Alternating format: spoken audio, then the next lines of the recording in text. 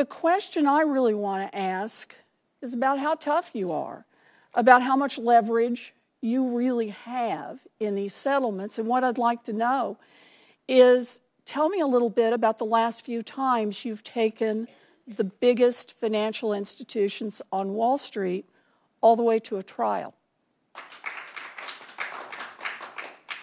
Anybody? Chairman Curry? To offer my perspective, sure.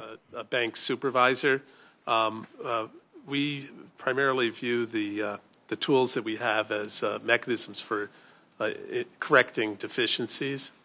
So the primary motive for our enforcement actions is really to identify the problem and then demand a solution to it on an ongoing basis. That's right. And then you set a price for that. I'm sorry to interrupt, but I just want to move this along. That's effectively a settlement.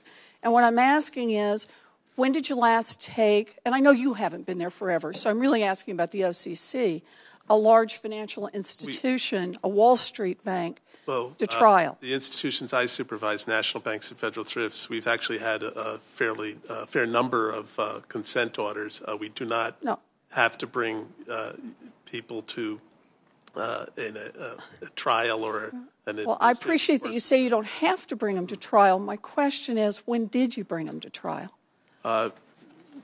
We have not had to do it as a practical matter to achieve our supervisory goals. Ms. Walter? Thank you, Senator.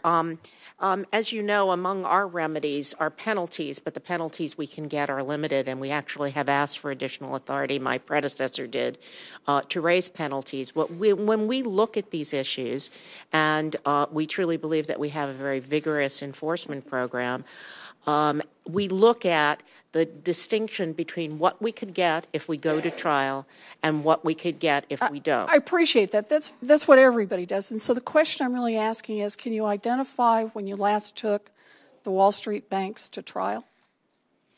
I will have to get back to you with the specific information, but we do litigate, and we do have settlements that are either rejected by the Commission or not put forward for approval. We've got multiple people here. Anyone else want to tell me about the last time you took a Wall Street bank to trial? You know, I just want to note on this. There are district attorneys and U.S. attorneys who are out there every day squeezing ordinary citizens on sometimes very thin grounds and taking them to trial in order to make an example, as they put it.